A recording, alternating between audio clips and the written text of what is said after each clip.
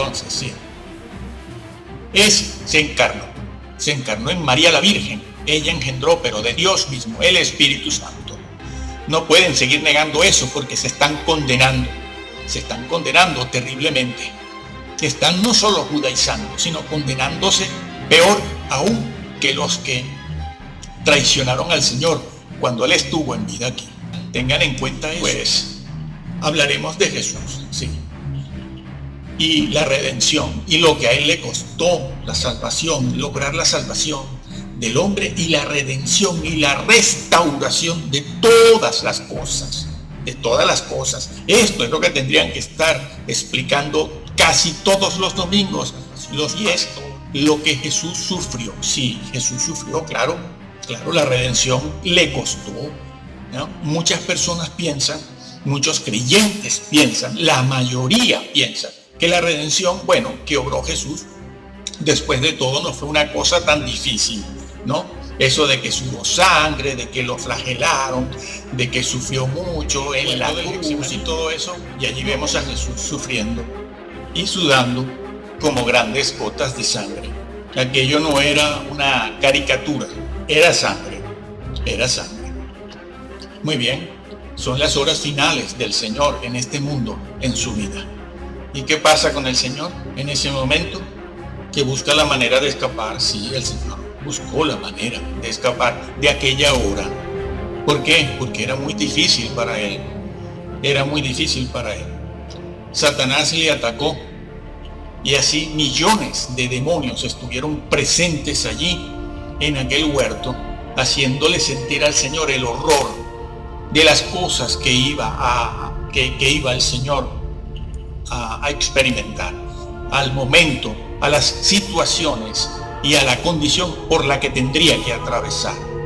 Porque el Señor podía anticipar, como persona que era, anticipar los sufrimientos y el padecimiento que iba a tener. Y Él, sobre todo, Él lo anticipaba con mayor fuerza que todos nosotros. ¿Por qué? Porque Él era santo, completamente santo. Bueno, ¿qué haría en esa hora? Como decíamos antes, los creyentes podemos creer, de hecho así creen, así se piensa, que el Señor echaría mano de algún recurso para poder superar aquel momento de dolor, de sufrimiento. Después de todo, como que era Dios, Él podía hacerlo todo, no pasa nada. Sí que sufrió, pero bueno, Él es Dios y Él sabe las cosas y Él puede superar todo eso. Echaría mano de los recursos divinos, de su deidad, de su fuerza y su poder para poder superar aquello que era horrible. Era el mismísimo infierno, los horrores del infierno, como estaremos explicando aquí. Y eso es lo que creen los creyentes. Echó mano de sus recursos divinos, de su deidad, Jesús, para superar aquel momento.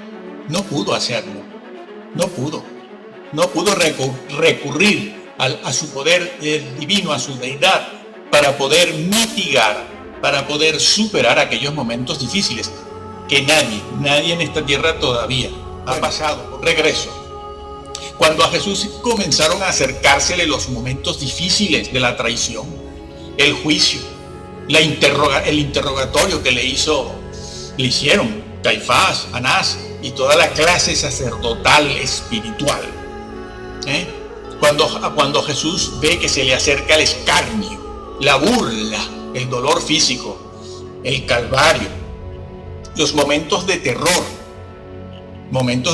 como decíamos antes, allí en el Getsemaní se aglomeraron, se agruparon, se reunieron millones de demonios para hacer que Jesús no tomara esa cruz. Es como cuando algunos de nosotros, no todo el mundo, dice: he sentido una presencia desagradable. Qué cosa tan horrible esta presencia del Señor. O nos visitan ciertos seres caídos, porque estamos en las cosas del Señor, en las cosas de Dios. Y esa presencia nos hace sentir o nos introduce en una condición, en un estado horrible de desolación y desesperación, enajenación. Jesús sintió eso en una dimensión infinita. en una dimensión infinita. ¿Qué explicaremos ahora? Pues bien, cuando a Jesús se le comenzaron a acercar todos estos momentos, ¿qué vemos en Jesús? ¿Qué vemos? El deseo de huir. El deseo de huir. Sube allí al Getsemaní. 3 veces le pide al Padre: pasa de mí esta copa. Pasa de mí esta copa, le dice al Padre, pásala. Y vuelve otra vez. Busca a los discípulos. Se da cuenta de que duermen, están rendidos, cansados, exhaustos. Y se va él solito, solo, Jesús solo, y solo Jesús. No, sin Gandhi y sin estar felicitando a la Madre Teresa, que no sabes lo que haces. No sabes lo que haces felicitando al Papa Bautista. Yo soy bautista también del sur. Pero no se puede estar felicitando a un hombre caído, el cual a su vez felicita al Papa y lo califica como un gran hombre de gran moral, amante de Dios, un pedófilo. Por Dios, ¿qué haces?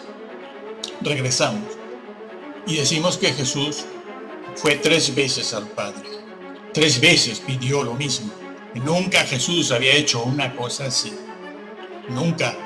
Si él podía recurrir a su poder divino, como lo demostró en tantas ocasiones, ¿cómo es que ahora no puede? ¿Cómo es que ahora no puede? No puede. Se lo está pidiendo al Padre.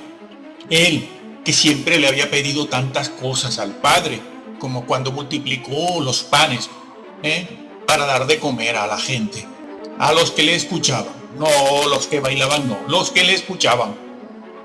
Como cuando él pidió al Padre resucitar a Lázaro, dio gracias por ello y tenía poder. Él lo decía. Bueno, resucitó a Lázaro. Como cuando también le dio la vista al ciego, tenía poder. Resucitó a otros. ¿No podía ahora Jesús evitar la cruz, evitar el Calvario, evitar todo aquello? No podía. Si iba a obrar la redención, la salvación, la restauración, no podía recurrir a su poder divino, a su deidad, para pasar por alto, para obtener la victoria en aquel momento, para mitigar, disminuir, aligerar el dolor, la flagelación, el sufrimiento, la locura que iba a empezar a vivir. Sí, no podía. ¿Por qué? Porque solo un hombre, el hombre Jesús, puede y podía realizar la redención. ¿Por qué? Porque un hombre fue el que pecó en el Edén. En el Edén se transgredieron las leyes de Dios. Y como decimos en ese otro vídeo que se llama El Pecado, tiene por título El Pecado, lo que sucedió en el Edén no fue un error, ni una falta de experiencia. Lo que sucedió en el Edén fue una decisión, se tomó una mala decisión, fue una decisión, un hecho tomado a conciencia, donde se violaron las leyes de Dios y se introdujo en la creación la injusticia. Eso fue lo que sucedió en el Edén. Un hombre cayó, un hombre pecó, un hombre se rebeló, un hombre transgredió. Pues un hombre ha de pagar la culpa, la sentencia que había sobre ese hecho, sobre esa rebelión, era la muerte eterna. Muerte eterna no significa extinción, no significa desaparecer, significa estar separado de Dios eternamente, al infierno, a la condenación. Esa era la sentencia que había sobre la ley quebrantada. El día que de él comiereis, de ese fruto, el día que de él comas, el día que quebrantes ese mandamiento positivo, era un mandamiento positivo. El día que lo hagas, ese día, la sentencia será muerte eterna. ¿Y quién va a pagar esa sentencia? Porque la sentencia es eterna. Es una sentencia de naturaleza eterna. ¿Qué significa eso de eterno? Significa que la ley que se quebrantó era una ley de naturaleza y de origen eterno. Eso es lo que significa, porque esa ley Esas leyes, como todas las leyes que sostienen el universo, son leyes morales. Vivimos en un universo moral. Cada día lo experimentamos. Y la cruz por eso tiene como base, fue clavada sobre una base moral. Sí. Pues el universo es un universo moral. ¿Por qué? Porque el Dios que lo creó es un Dios moral. Un Dios moral. Y Dios no puede crear algo que no esté de acuerdo con su propia esencia. Dios no crea algo distinto de sí mismo. Cuando crea algo, cuando algo sale de la mano de Dios, cuando algo sale de su propio interior, siempre lleva ese emblema, siempre lleva esa característica, que es un hecho moral. Por eso el universo es un universo moral. Por eso toda nuestra sociedad se sustenta sobre lo bueno y lo malo. Es que si no, no tendríamos ni policías, ni jueces, ni cárceles, ni ejércitos. Si no fuese así. Pero ¿por qué es así? Porque el universo es un universo moral. Existe lo bueno y existe lo malo. Existe lo correcto y existe también lo incorrecto. Existe lo santo y existe lo profano. Y todo está basado en eso. Ya puedes tú estar en el ejército o trabajando en una oficina, o ser un astronauta o ser un deportista de élite. El bien y el mal está presente en todo lugar, porque nuestra creación es un reflejo de un ser moral sobre el cual no se puede pasar. Y ese ser moral es eterno y sus leyes son eternas. No, esto que creen los creyentes de hoy en día y que les dicen por ahí las vacas sagradas, les dicen, no importa, que te hacen tatuaje, no pasa nada. ¿Y tú qué? ¿Tú adulteraste? Tranquilo. Si perdonó a David, ¿cómo no te va a perdonar a ti? Y aluden a David. Y no saben bien estas vacas sagradas el peligro que corrió David por todo esto. Que tú que los pantalones bien apretaditos, vas media desnuda en la iglesia, no pasa nada, tú eres salvo, ¿verdad que sí? Bueno, yo que aguanté aquí de moral nada. Portarnos bien, código civil y penal, y con eso es suficiente. Una buena vida. No, pero una buena vida no es una vida cristiana. La vida cristiana es otra cosa, es vivir en santidad. Por eso le dijo el Señor a muchos que pretendían entrar, que mostraban un currículum bastante bueno, cristiano, evangélico, bíblico. Les dijo, yo no admito eso, apartaos de mí, nunca os conocí. No, porque los conoces que no los deja entrar, Entiéndase bien la expresión. Bueno, regreso. Decimos que un hombre fue el que cayó y tomó una decisión, no fue un error, ni fue una falta de experiencia, porque en un estado como el de la creación original, donde no existía el pecado, no existen los errores, no existe la falta de experiencia, solo existen las decisiones. Era un mandamiento positivo, tómese en cuenta eso. Bueno, pues la ley quebrantada era una ley moral, era una ley eterna. Era una ley eterna, sigue siendo válida esa ley. Todas las leyes que sostienen el universo son leyes morales eternas.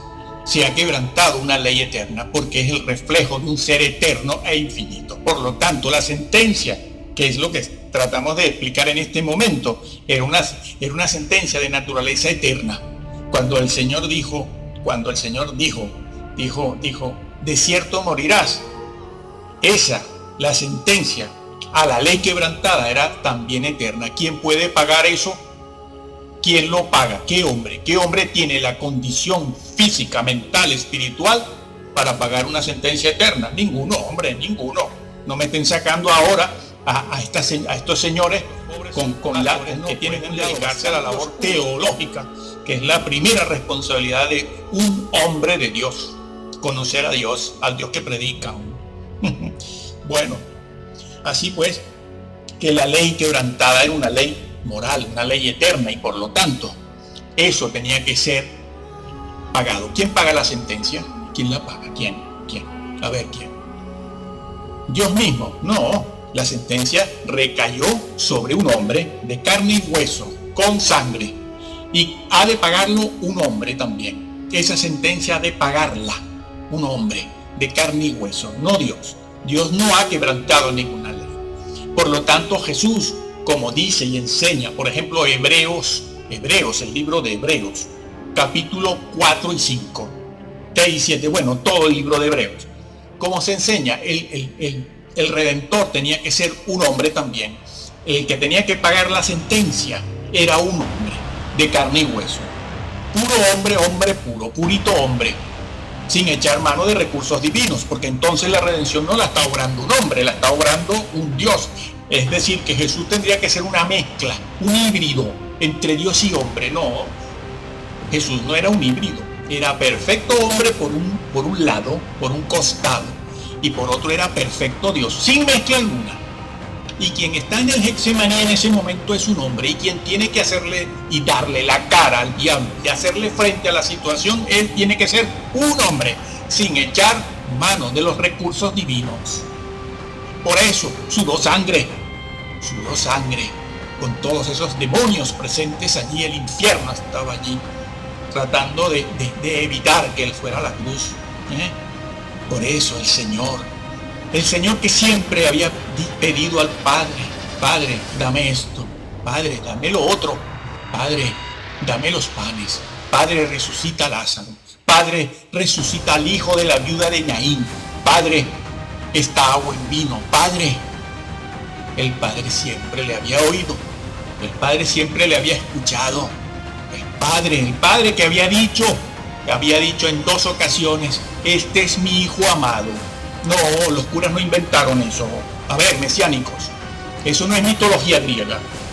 Están blasfemando al Señor, aparte de que califican al cristianismo de maldito. 20 siglos hemos tenido de cristianismo maldito, para que vengan ustedes ahora a circuncidarnos y a decirnos que el cristianismo no. ¿Qué están haciendo, señores? Se están condenando. La Biblia es clara en todo esto. Y los hermanitos se aborregan. Claro. Se aborregan todos, porque no saben. Y los están cumpliendo la profecía que dice que muchos, es decir, la mayoría, serían engañados al final de los tiempos. Evítenlo, lean la Biblia, lean Reina Valera, por ejemplo. Dios el Padre lo dijo: este es mi Hijo amado, en él tengo complacencia, a él oíd, es a él. El Señor lo dijo a él y no a otros. No hay otros mediadores, no hay otros corredentores. Y el púlpito es sagrado, no es para estar nombrando a políticos de fama internacional, ni siquiera para estar nombrando a otros ministros. No es para estar nombrando a filósofos, a militares famosos, ni a deportistas, ni haciendo chistes, ni anécdotas. Este es mi Hijo amado, en él tengo complacencia. Tantas veces que el Padre escuchó a su Hijo amado, a él unigénito, el único. No hay otro de esa especie. Tantas veces. Y ahora en el Getsemaní, el Padre tiene una respuesta negativa para su Hijo. No puedo, Hijo, no puedo pasar esa copa, porque es negarnos.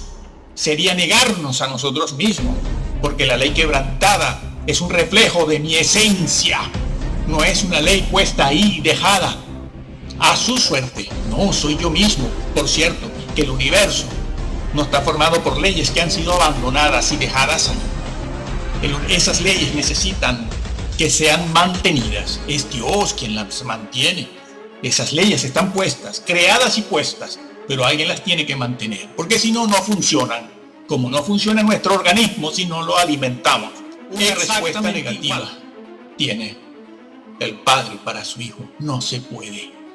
No puedo ir contra mis leyes, no puedo ir contra mí mismo, contra mi esencia. Tú tienes que cargar con el pecado porque hemos quedado de acuerdo. Tú quieres hacerlo, no solo yo quiero que tú lo hagas, sino que tú quieres hacerlo también. Jesús no estaba coaccionado, no estaba obligado. Él lo dijo: yo pongo mi vida porque quiero ponerla. Porque Él también es Dios. La persona de Jesús, la persona es Dios, tiene deidad. Él también quiere redimir la creación, quiere vindicar la ley moral de Dios, su santidad. Es que Dios se llama amor. No, en ninguna parte en la Biblia se dice que el nombre de Dios es amor. No, les han engañado. ¿Cómo llaman? ¿Cuál es el nombre de Dios en la Biblia? Bueno, ya sabemos, no, Yahvé, el existente, la eterna existencia, el Altísimo. Sí, sí, hay otro nombre, Yahvé de los ejércitos, vale, muy bien, ok. Hay otro. ¿Cuál es su nombre? El Santo. Sí, sí, con mayúscula, porque es un nombre propio, no común, no.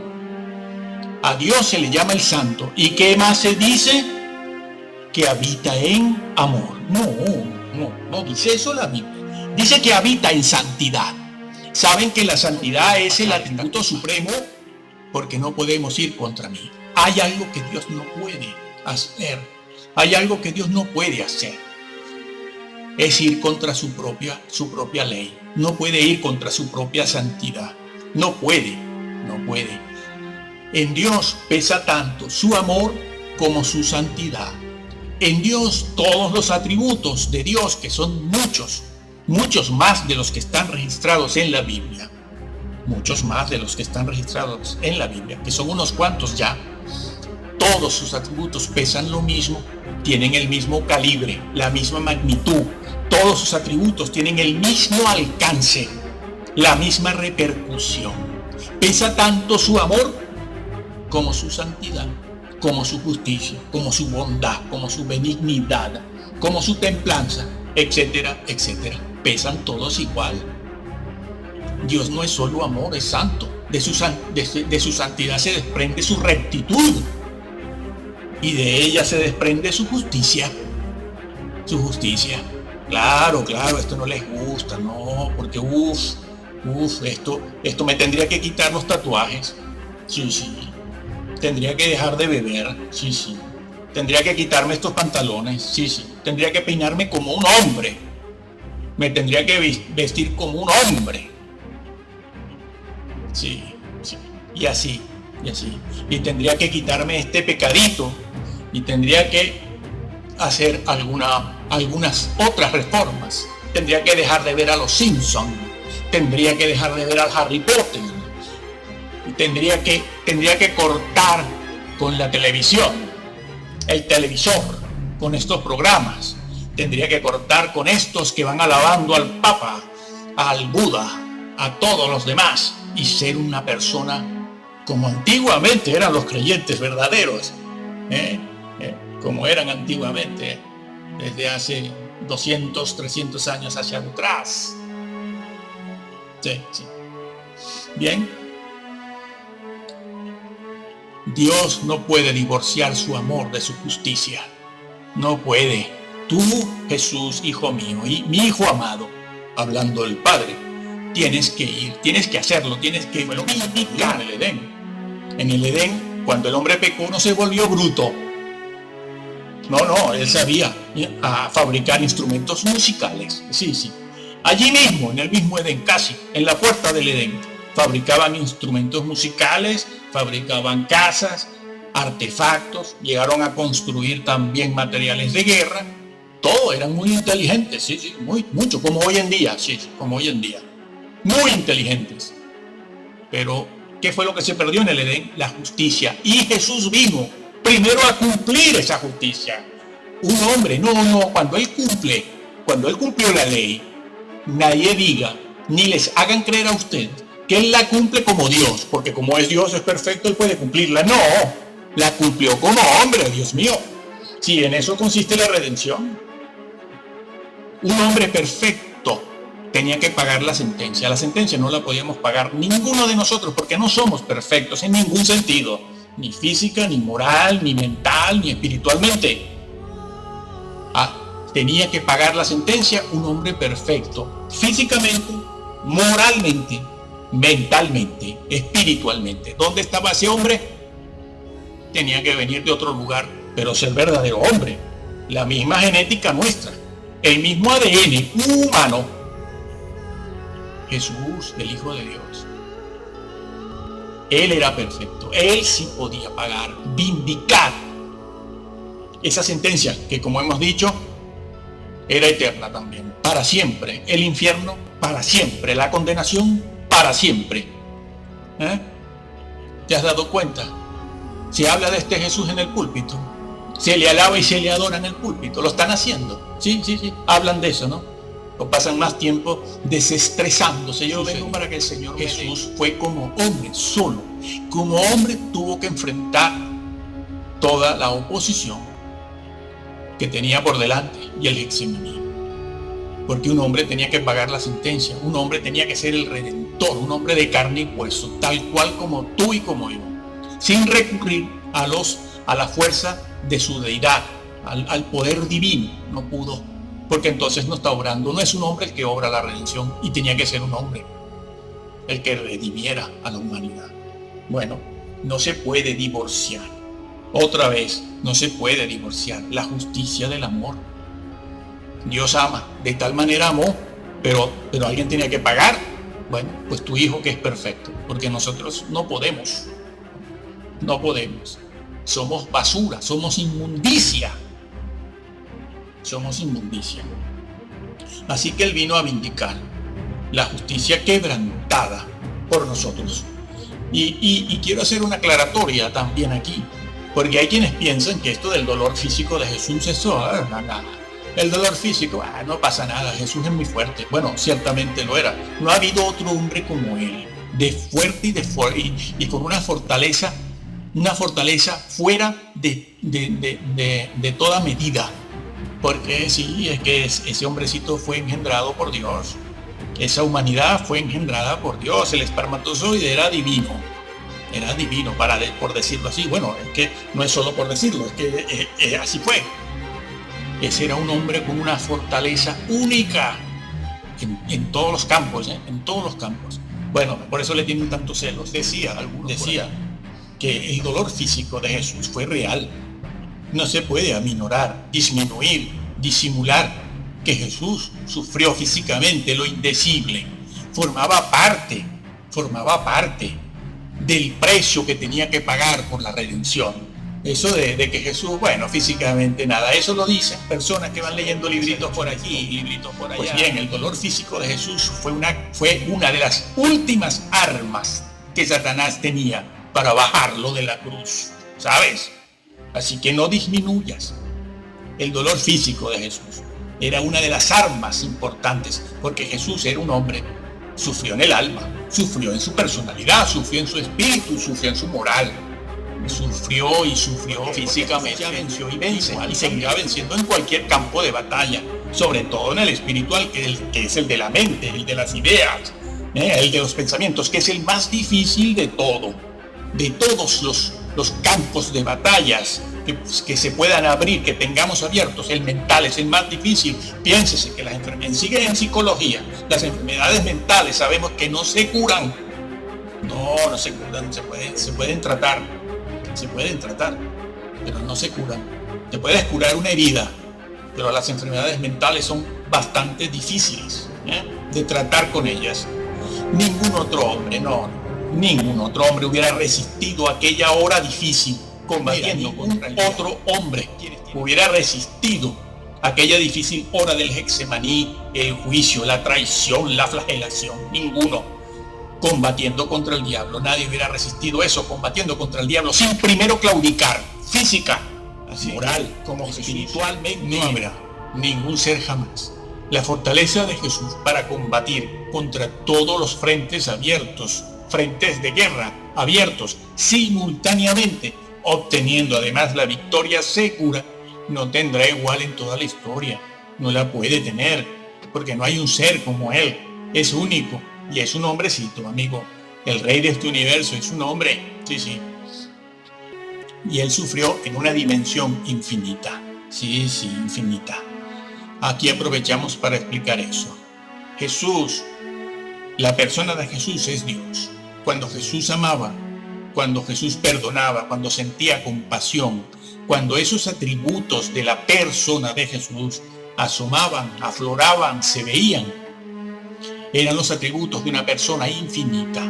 Los atributos de una persona infinita son infinitos. Es decir, a ver que te lo explico. Mira, cuando Jesús amaba en una dimensión infinita.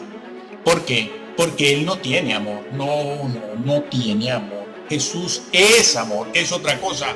¿Por qué? Porque su persona es la persona de Dios, es decir, es deidad, tiene deidad. Y la deidad, los atributos en la deidad son eternos e infinitos. Nosotros no. Nosotros no somos el amor, no. Tenemos una porción de amor, una porción que el Creador ha puesto en todos los seres humanos. Y esa porción de amor, así como de justicia, así como de rectitud, así como esa porción de bondad o benignidad que pone en nosotros, entre muchos otros atributos, es una porción que el Señor pone y que podemos o aumentar o disminuir y pisotear. Sí.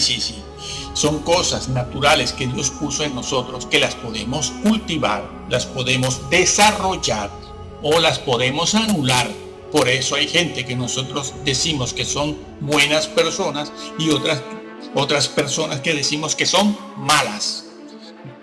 Así, bueno, eso así a grosso modo, dicho muy por encima y de manera general. Bueno, pero Dios no tiene amor, es el amor. Significa que su amor está en una dimensión infinita. Cuando Jesús amaba en términos y en condiciones infinitas. Y ahora te pregunto, cuando Jesús sufría, ¿cómo lo hacía? ¿Cómo experimenta una persona infinita? ¿Cómo experimenta la realidad, la vivencia, la existencia? ¿Cómo la experimenta? En términos infinitos, cuando Jesús sufría, no solo era un sufrimiento ocasionado en una dimensión absoluta, porque el mal, una cosa muy difícil de comprender, el mal es la negación de la vida, es la negación. Nosotros no sabemos lo que es eso, nosotros no lo sabemos en términos absolutos. Esa realidad en la que está el diablo, Satanás, Lucifer, nosotros no la conocemos, porque eso también está en una dimensión absoluta en términos negativos. Y utilizo todas estas expresiones para poderme explicar, para poder explicar algo. Que sí, que se puede entender, que sí, que estamos obligados a entenderlo para saber lo que es la salvación y poder valorar a nuestro Salvador. Así que Jesús, cuando sufría, lo hacía en términos también infinitos. Sí. Además de, por lo que ya hemos explicado, que las leyes quebrantadas eran leyes infinitas, eternas, y tenía que ser un ser en esa misma dimensión quien pagara la sentencia, porque la sentencia también era de naturaleza infinita y eterna. Y un hombre normalito, de estos que andan por aquí dándoselas de macho, no puede, va tomando pastillas, sí, ya lo sabemos, va tomando pastillas y haciendo cosas. Bueno, nadie puede. Por eso en el púlpito no se debe mencionar a nadie. A Jesús le molesta esto de andar mencionando a filósofos, luchadores de ONGs. Estos van dando cursos de cosas orientales, hablando de las dietas orientales también. También te has dado ese lujo de hablar de las dietas orientales. Que esa gente oriental alaba al Señor. Se congregan cada domingo en un púlpito para hablar de la deidad de Jesús y su victoria. Lo hacen. Entonces, ¿para qué los nombras en el púlpito? Si tienen una mala opinión del Señor. Serás juzgado, tú y todos nosotros. Por eso, no los nombres. Déjate de dietas orientales, haciendo que los hermanitos hagan así para Oriente. Mira, mirando para el Oriente. Por Dios. Nadie podía hacer lo que Jesús hizo. Nadie es capaz de entrar en ese combate, en esa lucha, porque eran muchos frentes abiertos al mismo tiempo en una dimensión para nosotros imposible de vencer. Nadie sabe, nadie puede sostener ni soportar una lucha así. Eso le hizo sudar sangre, ¿lo entiendes? Ni por un minuto nosotros hubiéramos estado ahí en esa lucha. Por eso Jesús oró y dice: mi alma está. Esa expresión que está en el Evangelio que dice mi alma tiene una angustia de muerte. ¿Sabes qué? Es infarto. Le iba a dar un infarto. Tenía que orar para que no le diera el infarto. Porque si le da el infarto y se nos muere el Señor, no hay redención. Nadie puede ni sabe sostener una lucha como esa. Así que la fortaleza de Jesús, la determinación, el temple, la gallardía, la virilidad, la convicción, las convicciones, los propósitos de Jesús y su pureza y esa mente inquebrantable, esa arquitectura mental con la que luchaba, la que le dio el Padre, no pueden encontrarse en ningún lado. En el reino de las tinieblas menos. Allí le tienen celos, le odian a un ser tan grande como ese. Se tienen que humillar, ¿no? Los demonios, cuando le veían, salían corriendo, y no había muerto, no había subido a la cruz, no había resucitado. Y se escondían los demonios, los seres estos desencarnados, ángeles caídos también. Se iban, no podían resistir aquella presencia, aquella majestad, aquel ser inquebrantable. Para que lo compares ahora con el reino de las tinieblas sometido por Jesús. Jesús, el león de la tribu de Judá, no retrocede. Un león cuando ataca no retrocede. Amigo, nadie como el hombre Jesús, nadie. Satanás le odia, los hombres le odian, porque no pueden alcanzar ni la valentía, ni la virilidad, ni el carisma aplastante que tenía el maestro de Galilea. Sí, no en vano se dice de él que él es el príncipe de los ejércitos celestiales. Ay, príncipe, sí, con la espada fulgurante en la mano. No, guerra no, eso es herejía todo. Dios es amor, sí, como lo han pintado siempre, amanerado, afeminado, de rasgos suaves, occidentales, de hojas. Un mártir no carga con los pecados de nadie, sino con los propios, con sus propias debilidades, con su propio pecado. Ningún mártir carga con los pecados de los demás, y mucho menos con los del mundo entero. Pero Jesucristo estaba cargando en su cruz, en aquella agonía y en el momento de su muerte, con los pecados de todo el mundo, de todos los hombres. Podía hacerlo. Sí. Muchos creyentes se ponen a sumar 1, 2, 3, 4, 5, 6 mil millones, 2.000 millones. ¿Cómo pudo haber cargado con los pecados de todos los hombres? Lo he venido diciendo durante todo este mensaje. Él podía cargar con los mensajes de todos los hombres porque su persona era una persona infinita. ¿Lo aprendiste? Infinita. Por eso podía cargar con los pecados de todos. Y allí estaba él, cargando con todo. Su muerte, en aquel momento, le separaba en la cruz. En la cruz le separaba del Padre. Y el Señor allí llegó a estar donde nunca había estado. Llegó a sentir lo que nunca había sentido. De un estado de total y absoluta felicidad. De una existencia llena de paz y armonía en la eternidad pasada. Jesús, su persona, que no conocía el pecado, que no conocía el dolor ni el sufrimiento, él, en su humanidad, en ese momento de la cruz y justo la muerte, llegó a experimentar y llegó a pasar al otro extremo, de uno a otro, al más horrible estado de soledad, de condenación y separación del Padre. Allí, de un lado pasó al otro, de un extremo al otro. Él, un santo ser que no conocía la maldad, no conocía la transgresión ni la rebelión. Él experimentó eso, que ningún hombre todavía lo ha experimentado. Nadie puede decir que sabe lo que es eso. Eso experimentó Jesús. Por eso él le decía al Padre: Padre, pasa de mí esta copa. Padre, pasa de mí esta copa. Yo le pido a mis discípulos que sean mártires, porque ellos cuando mueren no cargan con los pecados de nadie, y ellos van al encuentro contigo. Pero yo no, yo estoy cargando con los pecados de todos. Yo voy a sufrir la separación, la condenación eterna. Voy a ser separado de ti, que soy tu hijo eterno. ¿Lo entiendes? ¿No lo entiendes? Eso sufrió el Señor por ti y por mí. Llegó a ser lo que nunca había sido.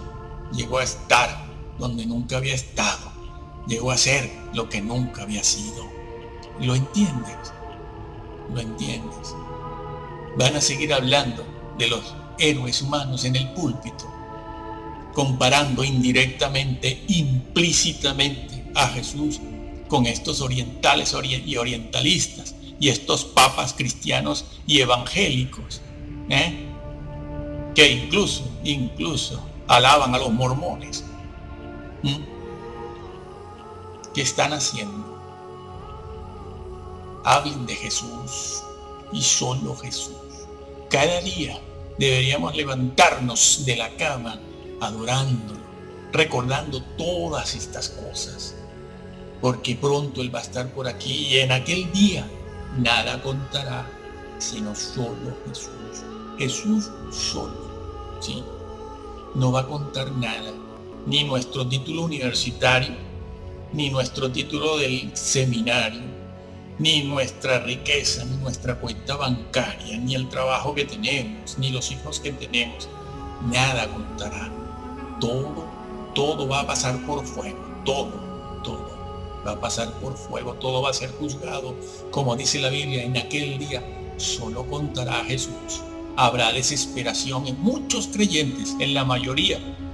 Desesperación porque se darán o nos daremos cuenta de que estamos destituidos, y otros tendrán una amplia y generosa entrada, y otros entrarán avergonzados, como dice 1 Corintios 3, al gallinero, a los 4 gatos que nos ven primero, porque son los que nos conocen, ¿no? Y a cualquiera que vea este vídeo porque ama la verdad, que lea la Biblia, que vigile a su pastor. Su pastor, lo que tiene que hacer, su obispo, su sacerdote, su diácono, su anciano, su líder, su guía, lo que tiene que hacer es hablar de Jesús y hablar bien y decir lo que está escrito. Hablar. Que no sabe, que la mente no le da, pues usted bájese del púlpito, amigo. No fue llamado a ser maestro. El púlpito es para maestros y pastores, llamados, no nepotismo familiar, eclesio familiar, sino para los hombres llamados por Dios, sin espectáculo, sin fingir situaciones emocionales, sin fingir pureza, fingiendo espiritualidad. Sí. Y están peleándose todos unos contra otros. Jesús y el Padre. La Biblia sí habla, es la Biblia la que habla del Padre, la que dice que existe un Padre. Es la Biblia, es la fraseología de la Biblia. Pues no es como dicen los mesiánicos, que esto es una cuestión mitológica, copiada a lo mejor de la mitología griega. Dan a entender esto. Por cierto, debo decir aquí que Lucas 1, donde se habla del nacimiento virginal, del Señor, ese versículo no fue introducido por curas, ni lo inventaron, ni es producto de la mitología griega. No es producto de la mitología griega. Dios se encarnó en María. Su Hijo, Jesús, el ángel de Yahvé, lo que en el Antiguo Testamento conocemos como el ángel de Yahvé, se encarnó. El ángel de Yahvé, el mismo que se le